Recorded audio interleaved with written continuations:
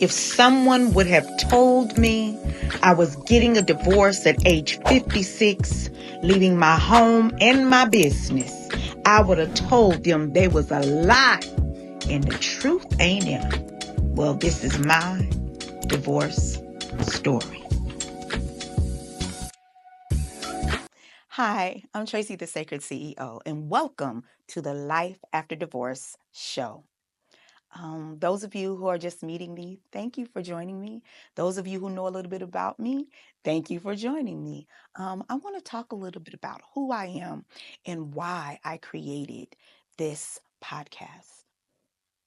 I was married. I left my marriage, and in that, I understood that I had to figure some things out. One of the things that I had to figure out was, who am I without the union?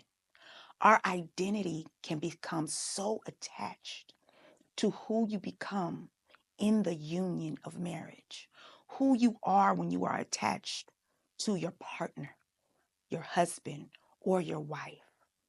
Even in long relationships, we kind of coexist and co-identify in so many ways. We learn from each other.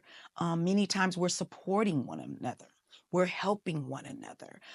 We've integrated into families. We have in-laws now, right? We have mutual friends. We have mutual acquaintances and commonalities.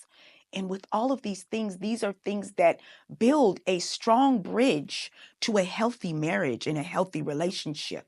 But what happened when those things no longer serve us? What happens when we begin to grow individually and autonomous, and we can't just quite bring that union back, right? We can't get that feeling, that tight intimacy. We can't get that back.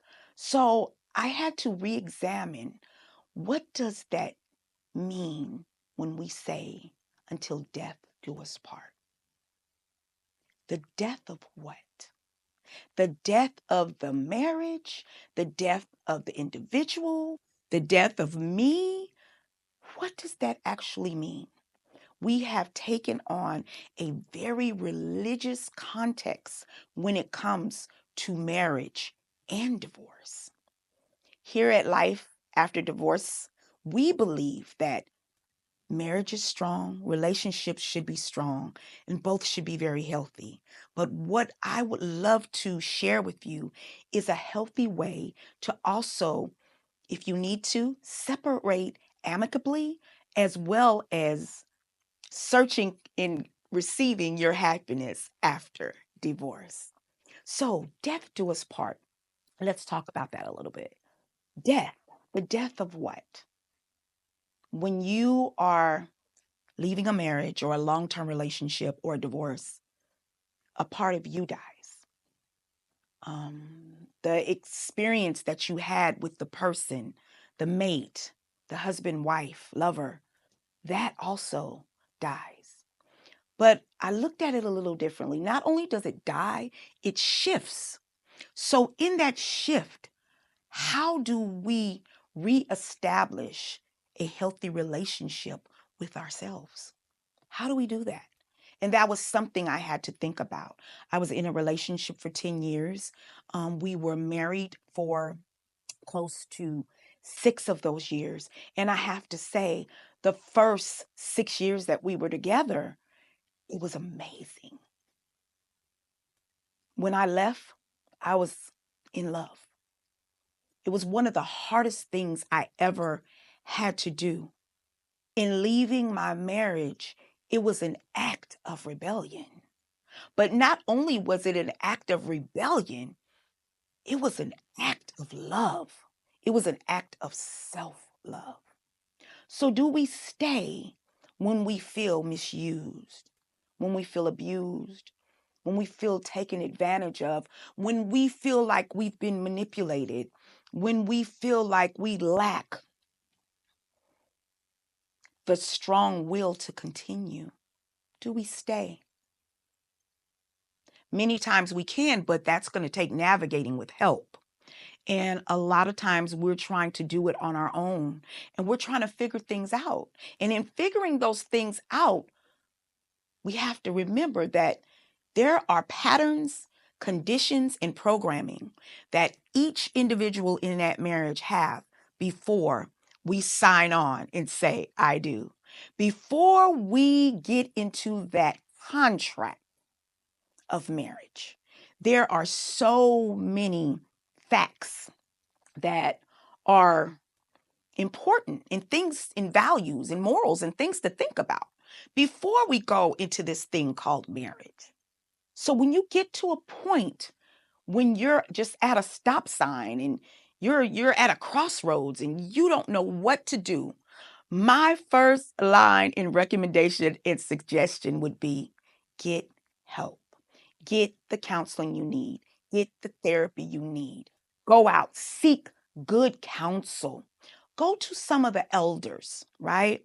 But we also have a different generation than what our elders did. What I'm finding is that many people that go into marriage, currently more modern marriages, they're going in with a backup plan on how to get out.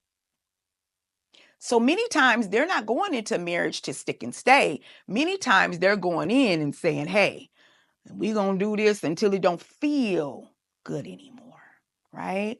But oftentimes marriage doesn't feel good.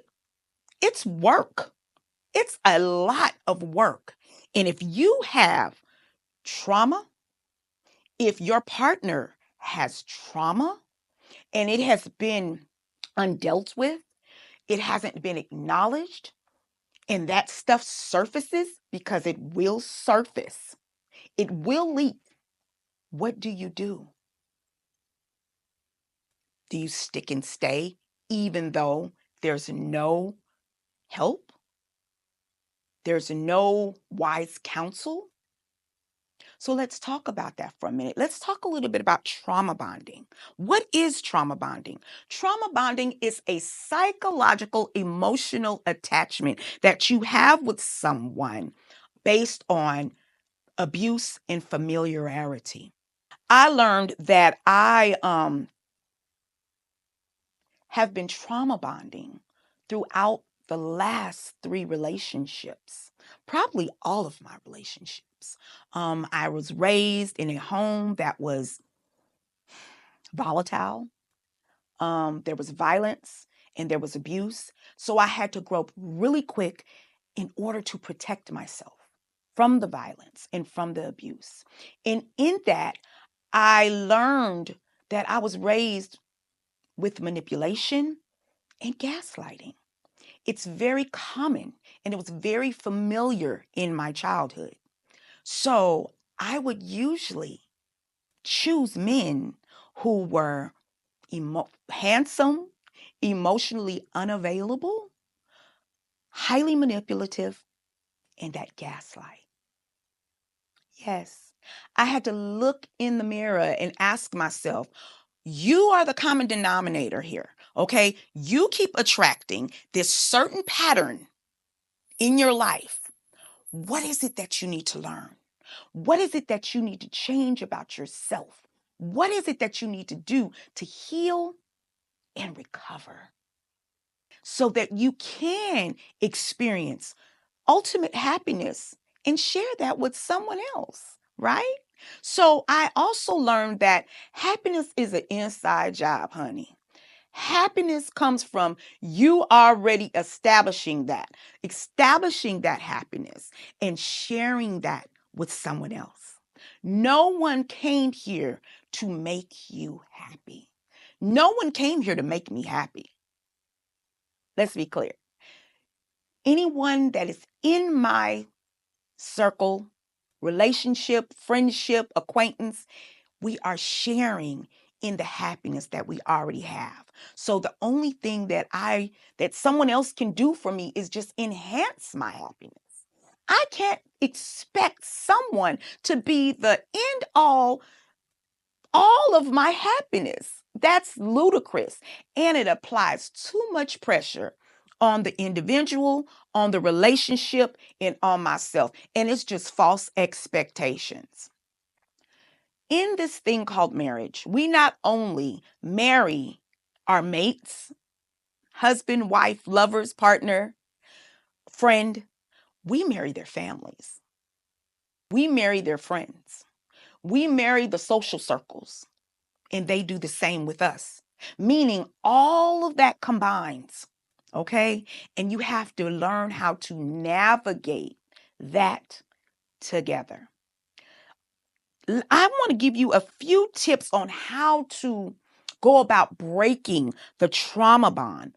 First, let's talk about setting healthy boundaries, setting firm boundaries with yourself as well as your partner, and always developing if there's abuse in the relationship, whether it's emotional, mental, physical, financial.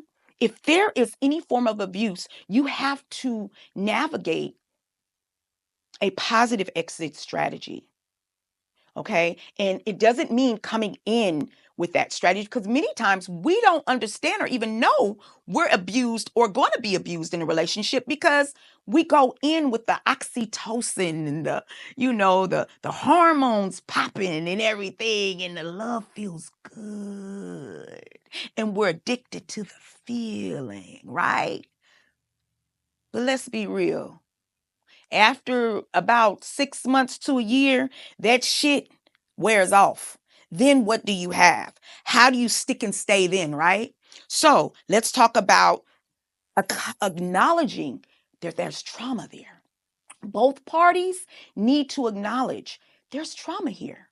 And you have to be willing to do something about it. You got to recognize in the relationship that it is based on trauma, and that there's an unhealthy attachment. Right? So focus on acknowledging the trauma, and then seek help once again. Consider relationship counseling, marriage counseling, consider behavior therapy, right? Individually as well as together. So practice self-care. We should never lose ourselves in a relationship. We should never lose ourselves in a marriage. Even though you're working together, you're working on your legacy, you're working on a plan, and you have these desires and these goals and these dreams for your marriage, for your family, for your purpose, you also still have an individual goal to take care of yourself. So codependency, it should be more like interdependency. Sometimes codependency can become extremely unhealthy if one partner is leaning too much on the other. Lean on a positive support system. That is the most healthy suggestion that I have. Connecting with people that honor your relationship, honor your marriage, honor your togetherness, honor your communication.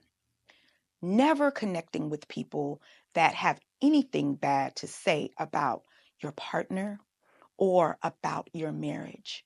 There's a positive way to make suggestions and have honest, positive criticism, right?